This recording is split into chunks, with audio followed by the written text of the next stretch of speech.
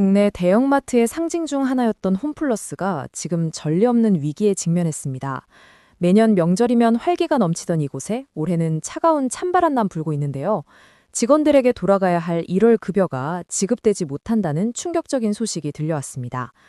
홈플러스는 최근 사내 공지를 통해 현금 유동성 부족으로 인해 이번 달 월급 지급이 어렵다고 밝혔습니다. 설 연휴를 앞두고 전해진 소식에 임직원들의 당혹감은 이루 말할 수 없는 상황인데요.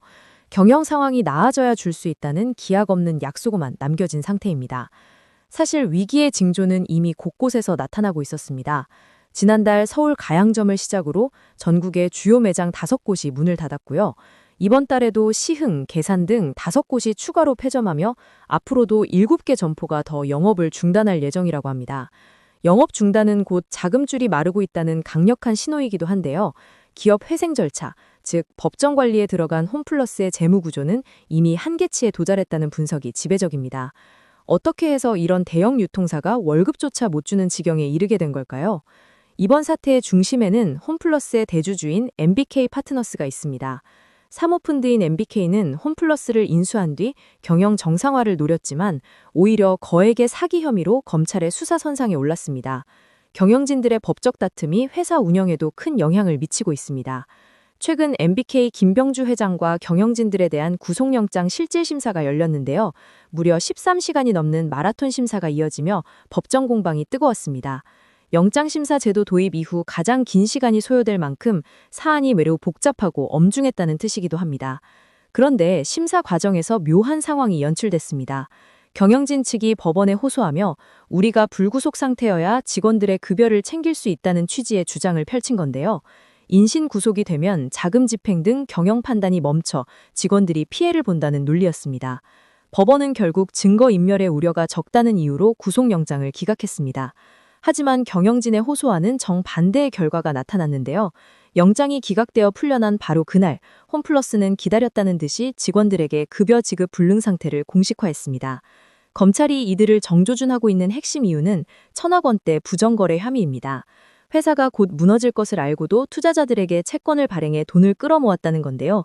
신용등급이 떨어지기 직전에 대규모 자금을 조달한 행위가 고의적이었다고 보는 것입니다. 실제로 홈플러스의 신용등급이 하향 조정된 시점은 지난해 2월 말이었습니다.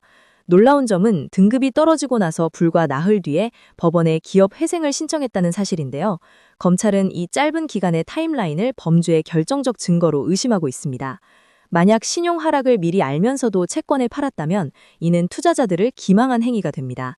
하지만 MBK 측은 혐의를 전면 부인하고 있는데요. 회생 신청은 홈플러스를 살리기 위한 최선의 선택이었을 뿐 고의적인 사기 행위는 결코 아니었다는 입장입니다.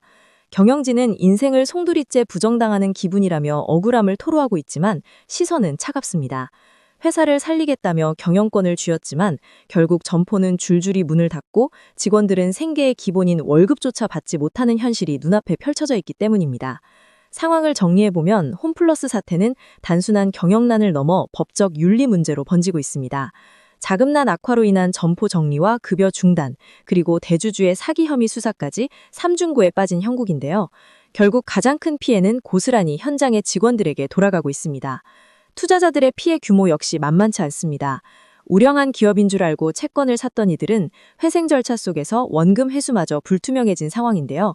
금융시장에서는 이번 사건이 사모펀드의 기업 운영 방식에 대한 근본적인 불신으로 이어질까 유려하고 있습니다.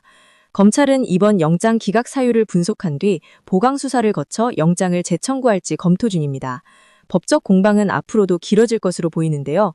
재판의 결과도 중요하지만 당장 설을 앞둔 직원들의 밀린 급여 문제가 어떻게 해결될지가 가장 시급한 과제입니다. 한때 유통가의 거물이었던 홈플러스의 위기는 우리 경제에 많은 숙제를 던져주고 있습니다. 무리한 자금 조달과 경영의 책임은 결국 누가 져야 하는 걸까요? 부디 상처받은 임직원들의 일상이 하루빨리 정상화되기를 바라며 오늘 이야기 마치겠습니다. 시청해주셔서 감사합니다.